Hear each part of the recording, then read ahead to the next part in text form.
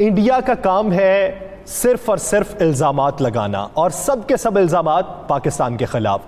यानी पहले इल्जामात कुछ और लगते थे, अब कुछ और नौइयत के लगते हैं और उनको सुन के हंसने को जी चाहता है। अब इल्जामात ये लग रहे हैं कि टिड्डी दल जिसने पाकिस्तान से भारत का रास्ता अपनाया है वो पाकिस्तान का तरबियत याफ्ता है और पाकिस्तान का बदला लेने के लिए उन्होंने उसे भारत में भेजा है। यानी इस तरह के इल्जामात सुन के सिर्फ इंसान हंस ही सकता है और कुछ नहीं कर सकता।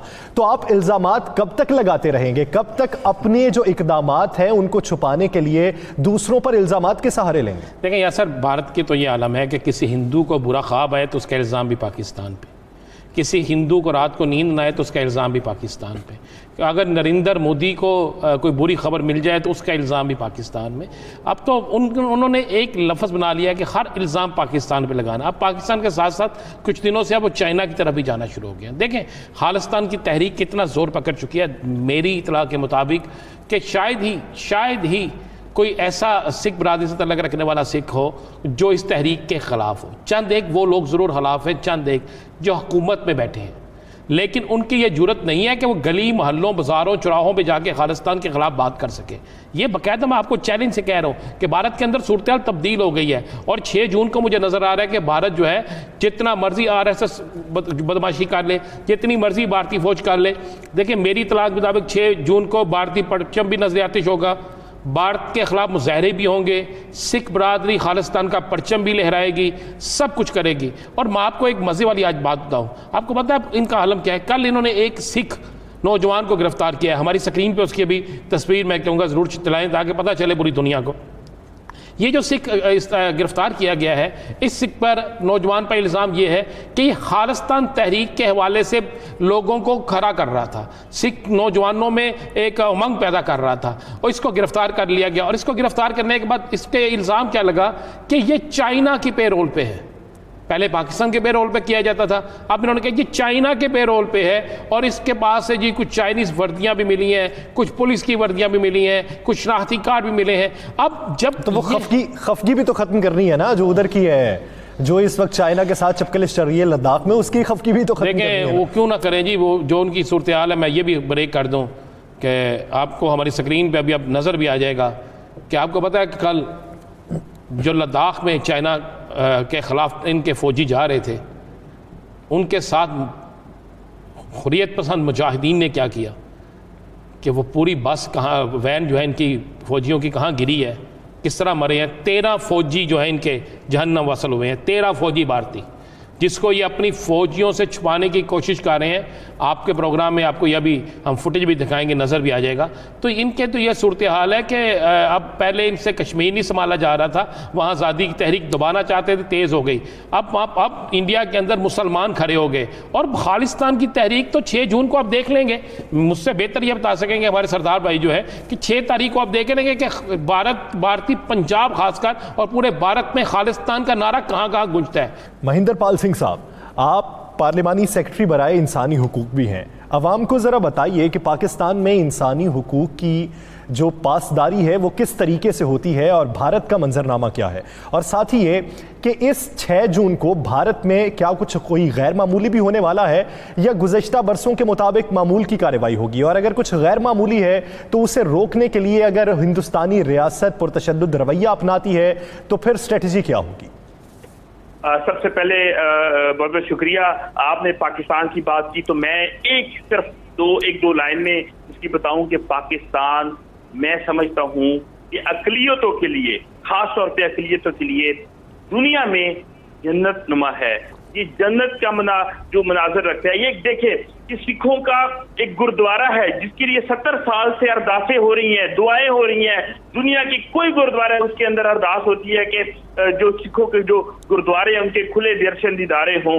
और 70 साल बाद इमरान खान साहब आते हैं और वो एक मोहब्बत में कि इतनी दुआएं हो रही है तो इन लोगों को गुरुद्वारे की इजाजत मिलनी चाहिए। और करतारपुर राहदारी दुनिया का रिकॉर्ड तरीन काम हुआ कि ऐसा काम कभी किसी दुनिया ने इतनी स्पीड में काम नहीं किया। पूरी दुनिया देखे, UN का सेक्रेटरी जनरल आया और वो हैरान हो गया कि आपने अक़लियतों को 550 साल जन्मदिन पे तोहफा देने के लिए इतनी स्पीड में काम किया, वो खुद हैरान रह गया।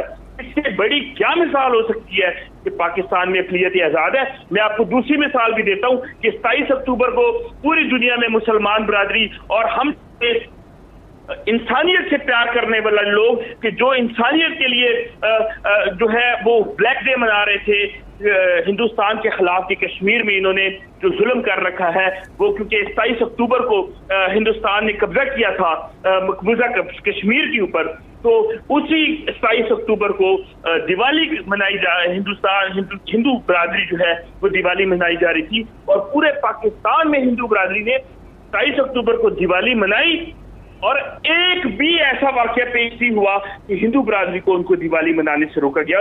इससे बड़ा क्या सबूत हो सकता है कि पूरी दुनिया जो हिंदुस्तानी हिंदू जो है मोदी के जुल्म के खिलाफ पूरा दुनिया के मुसलमान जो है वो ब्लैक डे मना रहे हैं और पाकिस्तान में रहने वाले हिंदू जो है हिंदू बरादरी जो हमारे भाई हैं पाकिस्तान में जो रहते हैं हिंदू भाई, उनके साथ हम मिलके दिवाली भी मना रहे हैं ताकि उनकी खुशियों में भी कमी ना आए। जहां तक बात आपने की कि हिंदुस्तान के अंदर अब क्या होगा, हिंदुस्तान के अंदर वो होगा जो हिंदुस्तान सिर्फ तारीख में नाम रह जाएगा। हिंदुस्तान अपने जुल्म से इस मोदी की पागलपन की वजह से तबाह होगा, उसमें पाकिस्तान का कोई रोल नहीं है।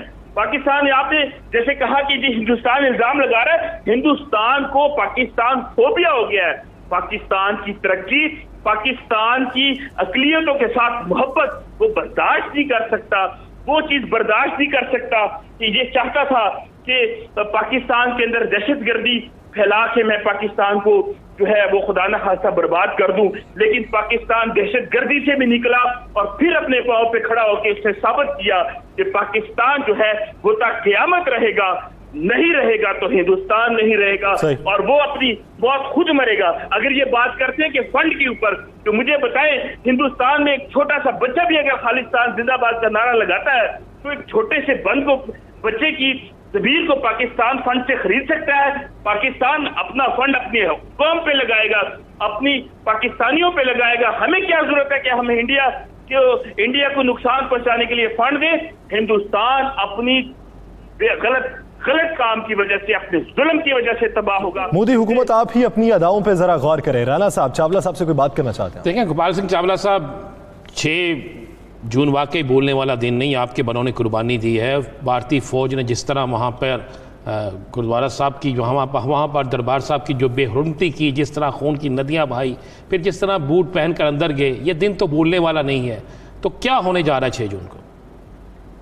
देखो जी, 6 जून को रोकने के लिए इन्होंने बहुत बड़े इक़दाम किए हैं। वहाँ पे मेरे काफ़ी सारे दोस्त हैं, अमृतसर में, बाकी में, पटियाला में।